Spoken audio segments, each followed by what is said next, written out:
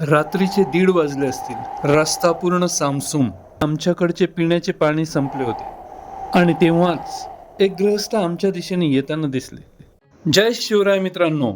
17 October 2025 दिवाळीची सुरुवात आणि याच दिवशी सुरू झाली आमची सायकलवारी गडकोटावरी मोहीम.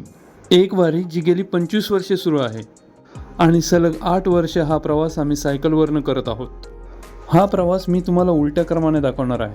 2025 ते 2018 या वर्षीच्या दिवाळीत 6 गडकोट, 11 मारुती आणि 1100 किलोमीटरहून अधिक प्रवास. माझ्यासोबत होते माझे मित्र कल्पेश धनोकार. वारीची सुरुवात केली मोशीमधून आणि 25 वर्षांच्या परंपरेनुसार निघालो श्री क्षेत्र राजगड आणि तोरणाकडे. सुरुवातीलाच पुण्यात माझे मित्र कल्पेश यांची सायकल पंक्चर झाली. पंक्चर काढून पुढे निघालो तर कात्रज घाटामध्ये पावसाने गाठले. कपडे ओले, बॅगा ओल्या, पण प्रवास थांबवायचा नव्हता. नसरापूरच्या पुढे रात्री 1 ते 1:30च्या सुमारास आम्ही एका दुकानाच्या शेड खाली जेवायला बसलो. रस्त्यावर पूर्ण शांतता होती आणि अजूनही 1-1.5 तासाचा प्रवास शिल्लक होता. आणि तेवढ्यात लक्षात आलं की आमच्याकडे पिण्याच्या पाण्याची फक्त अर्धी बाटली शिल्लक आहे.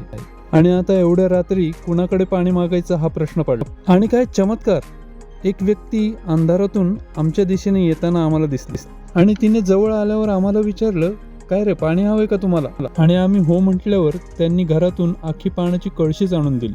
आम्ही मनसोक्त पाणी प्यालो आणि आमच्या बाटल्याही भरून घेतल्या आणि त्या देवदूतासारख्या आलेल्या माणसाचे आभार मानत आम्ही पुढच्या प्रवासाला निघालो. पण मनात एक प्रश्न सतत घोंगावत होता. ते सद्गृहस्थ एवढ्या रात्री बाहेर का आले आणि त्यांना कसं कळले आम्हाला पाणी हवंय, की महाराजांनीच त्यांना आमच्यासाठी पाठवले होते?